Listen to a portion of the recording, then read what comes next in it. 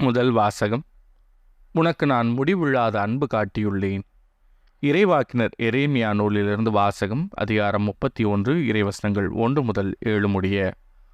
ஆண்டவர் இவ்வாறு கூறுகிறார்: அக்காலத்தில் இஸ்ரேலின் குடும்பங்கள் எல்லாவற்றுக்கும் நான் கடவுளாயிருப்பேன், அவர்கள் என் மக்களாயிருப்பார்கள்.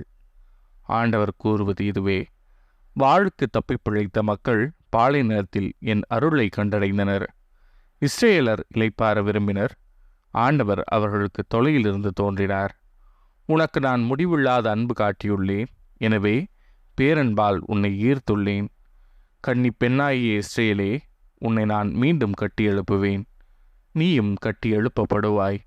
மீண்டும் உன் மேளதாளங்களை நீ எடுத்துக்கொள்வாய், மகிழ்ச்சியுற்றோர் போல நடனம் ஆடிக்கொண்டு நீ வெளியேறுவாய்.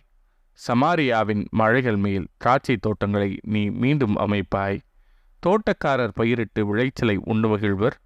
ஏனெனில் ஒரு நாள் வரும், அப்போது எப்ராயிம் மலையில் எழுந்திருங்கள், நாம் சீயோனுக்கு போவோம், நம் கடவுளாகிய ஆண்டவரிடம் செல்வோம் என்று காவலர் அழைப்பு விடுப்பர்.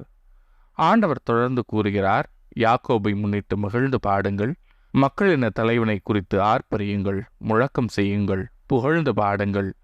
ஆண்டவர் இஸ்ரேலில் எஞ்சியோர் ஆகிய தம் மக்களை மீட்டருளினார் என்று பறைசாற்றுங்கள். இது ஆண்டவரின் அருள்வாக்கு.